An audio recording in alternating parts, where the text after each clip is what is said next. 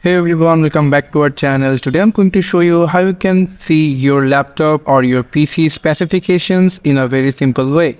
So without wasting any time, let's get started. First, you just need to come over into your search option over here and going to search for device information or device specifications. So if you click on that, it will give you the very device specifications into your Windows operating system.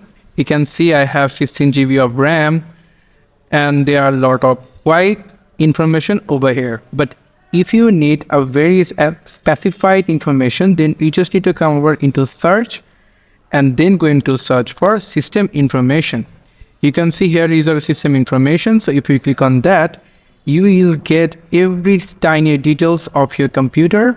And if you want to know the GPU, then you just need to come over into the components and you need to go for the display section and it will give you the GPU information. But in my motherboard, I don't have any GPU. For that, there is no GPU information showing over here.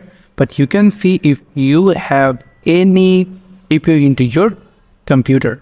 So by here, you can get every information, whatever you want. So thank you so much for watching this video. I hope to see you in another videos. Till then, goodbye.